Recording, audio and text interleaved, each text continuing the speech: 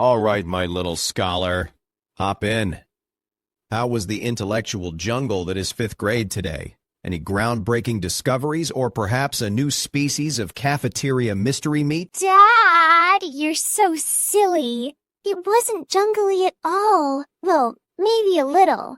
But it was super interesting. You won't even believe what happened during science class. Oh, I'm already on the edge of my seat. Did Mr. Henderson finally figure out how to make his volcano actually erupt without also setting off the fire alarm? Because last time, that was quite the spectacle. No, Dad, not the volcano. Although, he did almost spill a beaker of... I don't even know what it was, but it was green and bubbling. But that's not the exciting part. Remember how we were learning about ecosystems?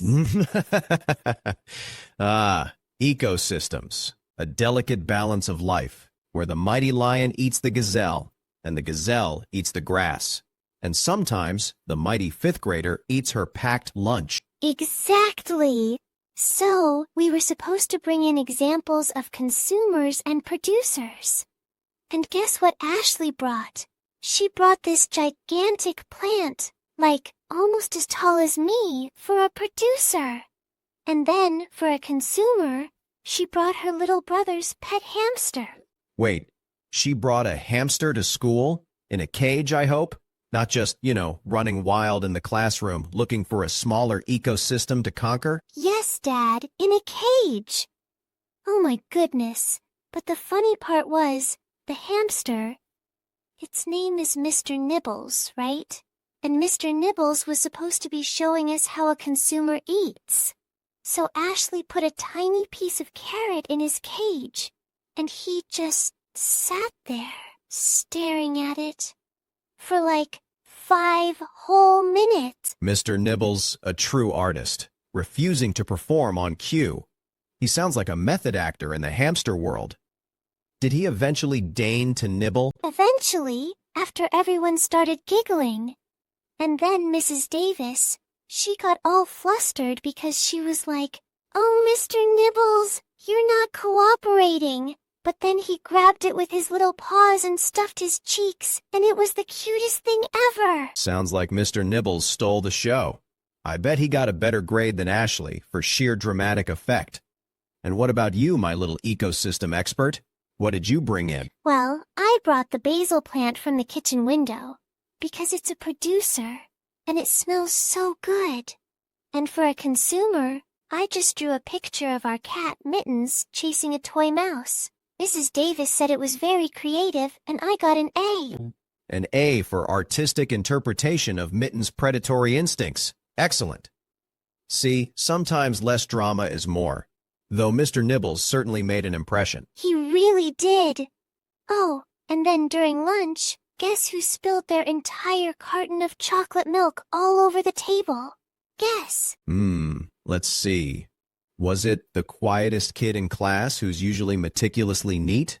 Or perhaps the one who always tries to balance their milk on top of their yogurt cup? It was Kevin, and it went everywhere. Like it splattered on Jessica's hair, and then Mrs. Johnson had to come over with like 1,000,000 paper towels, and it looked like a chocolate milk flood. It was so funny. Kevin, the chocolate milk cascade artist. Did Jessica scream, or was she just a sticky sweet mess? She was like, "Ew, my hair!" But then she started laughing because Kevin looked so sad, like a puppy who'd lost his bone. Mrs. Johnson said it was an unplanned sensory experience. I guess that's teacher talk for what a mess. Unplanned sensory experience. I'm going to remember that one. Next time you spill cereal, I'm just going to say, "Honey, you've created an unplanned sensory experience on the kitchen floor." It sounds so much more profound than, "Jane, clean that up." Dad, you can't say that. That's my special school word. Anyway, the best part of the day was during art class. We got to paint whatever we wanted, but it had to be super colorful. And guess what I painted? Knowing your artistic flair, my dear, it could be anything from a rainbow-colored unicorn riding a skateboard to a portrait of Mittens wearing a tiny crown. Tell me, What masterpiece did you unleash upon the canvas? I painted you, but like a super colorful, silly version of you, with a bright purple hat and a yellow mustache, and a big orange smile. It's going to be on the art display wall next week. You have to come see it. A colorful, silly version of me, with a purple hat and a yellow mustache?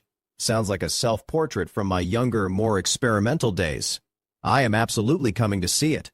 I hope it truly captures my essence, or at least my purple hat essence. It totally does. And I even put a little thought bubble above your head that says, "Where's the pizza?" Because you always say that when we're trying to figure out dinner. You truly know me, my child. That's a profound observation. My life's philosophy, neatly encapsulated in a thought bubble. I feel seen. I feel hunger. Mostly hunger. You're so funny, Dad. But seriously, I worked really hard on it, and Mrs. Miller said it was vibrant and expressive. She even asked if I had a funny dad, and I said the funniest. Vibrant and expressive. I'll take it. And you're right. I am the funniest. It's a heavy burden, but someone has to carry the torch of paternal humor. Speaking of which, any dramatic developments in the playground politics department today? Oh, totally. Remember how Emily and Sarah were like totally not talking yesterday because Sarah accidentally drew on Emily's unicorn notebook? Well, today, they're best friends again. Ah, the ever-shifting sands of fifth-grade alliances. What brought about this miraculous reconciliation? Was there a peace treaty involving sparkly gel pens? Or perhaps a shared enemy in the form of a rogue kickball? Even better! During recess, Emily was trying to do a really cool cartwheel, but she kept, like, falling over. And Sarah, she's really good at gymnastics, so she came over and showed Emily how to do it right. And then they were giggling, and suddenly, boom! Best friends again! It was so sweet. See the power of a perfectly executed cartwheel. More effective than any diplomatic negotiation, I tell you. Perhaps world leaders should try cartwheels instead of conferences. We'd have global peace in no time. Dad, you're making me laugh, but it's true. Sometimes you just need to help someone, and then everything is okay again. Oh, and one more super interesting thing. Mr. Harrison, our history teacher, he wore 2 different colored socks today. 2 different colored socks? Mr. Harrison, the paragon of historical accuracy and sartorial predictability? Are you sure he wasn't making a subtle statement about the duality of man? Or perhaps the contrasting ideologies of the American Revolution? No, Dad. He just looked really tired and his hair was all messy. I think maybe he just grabbed them in the dark. One was blue and one was like a stripy red and white.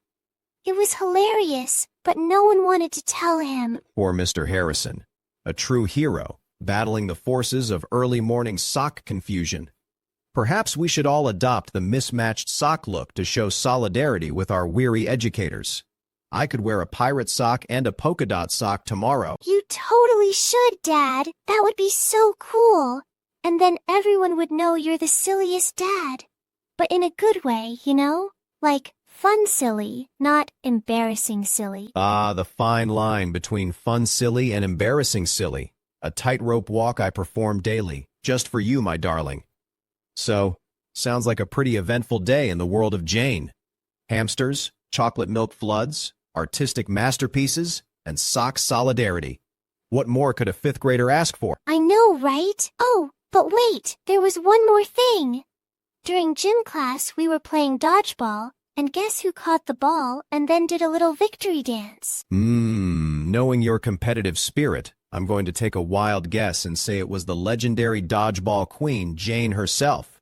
Am I warm? You're boiling hot, Dad. It was me. And then Mr. Rodriguez, he was like, "All right, Jane, show us those moves." And I did. A little spin and a dab, and everyone cheered.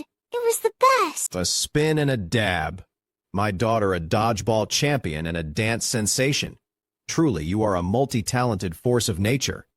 I'm imagining it now. Slow motion, the ball flying. You catch it? Boom. Dance break. Cinematic, really. It totally was. I wish you could have seen it. It was like in a movie. So yeah, that was my day. Super busy, super fun, and now I'm super hungry.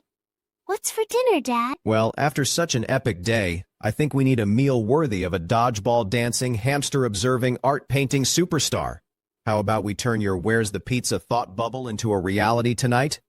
My treat for all your amazing school adventures. Pizza? Oh my goodness, Dad, you're the best. Thank you, thank you, thank you. This was the best day ever. And now it's going to have the best dinner, too. You're very welcome, sweetheart. It sounds like you had a truly fantastic day, full of little stories and big moments. And hearing about them from you, that's always the best part of my day. Now, let's go get some of that pizza, and maybe I'll try on those mismatched socks for tomorrow.